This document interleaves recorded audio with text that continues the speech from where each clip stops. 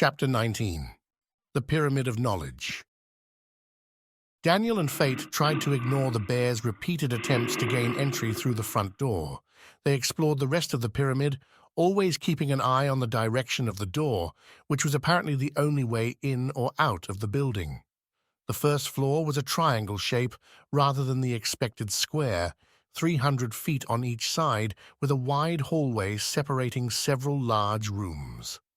Each room was the same, filled with stacks and stacks of books as familiar to them as any library on their version of Earth.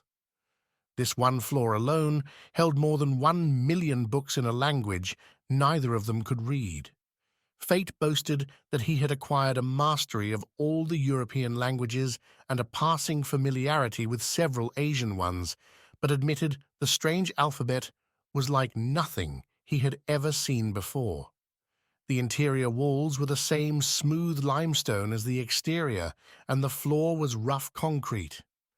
The years of disuse and the lack of carpet made it a very dusty environment, and they had to keep moving to stay ahead of a cloud they were creating with each step. After his third coughing, sneezing, and complaining fit, Fate noticed that Daniel, similarly afflicted, hadn't complained once. "Daniel," said Fate, as they entered another identical room full of books. Daniel didn't respond, so Fate tried again. "Daniel?" "Yes? Are you all right?" "Yes." Fate chuckled. "All right. It's just that I realized you haven't complained once on this little adventure. Is that normal for you, or are you so stressed that you're losing your mind?" Daniel shrugged and stopped to examine an unusually large book. Madison says, "Why bother complaining if you're going to have to fix it yourself anyway?" "I guess I'm the same?" Fate grinned. "So, you're a rugged individualist, are you?" he mocked. "Chop down a tree when you need a piece of furniture and all that?" Daniel was too engrossed in the book to respond. Fate moved closer to see what had him so distracted. "Hello!"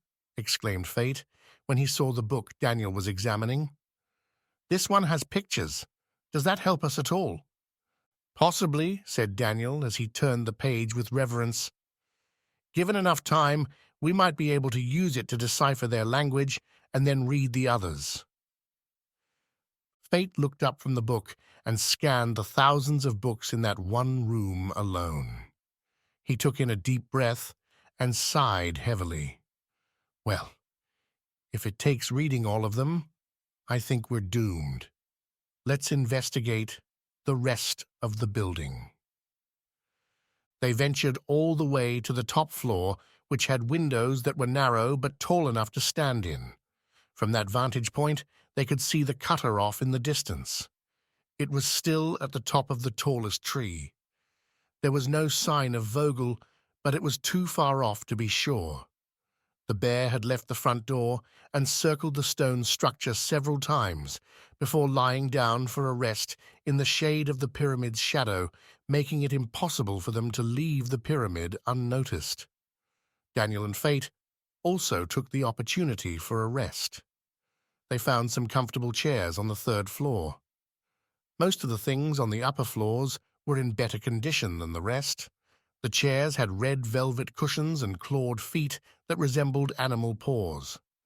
"These are Queen Anne style," said Fate, absent-mindedly examining the chairs. Daniel was ignoring him again. "They need recovering, but they're quite nice, really."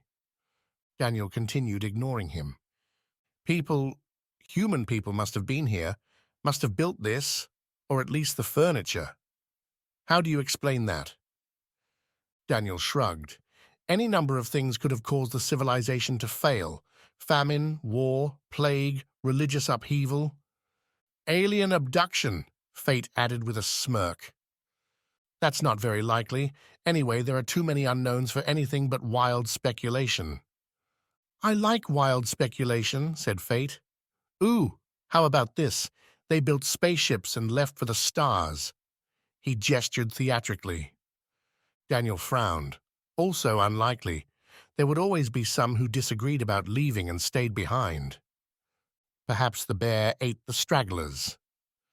"Yes, Daniel added sarcastically. A 1,000-year-old bear stalked the earth, eating every last human until he found us. The thought of being eaten by the bear was a little too real for both of them, and fate decided to change the subject. Natalie will come for us. She's very resourceful. He settled back into his chair and closed his eyes for a nap.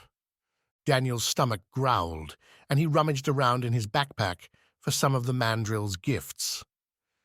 As he chewed the piece of tough, dried meat, a thought occurred to him, and he hurried back up to the top floor with its open windows. There, he looked down and saw exactly what he expected to see. It both relieved and frightened him at the same time.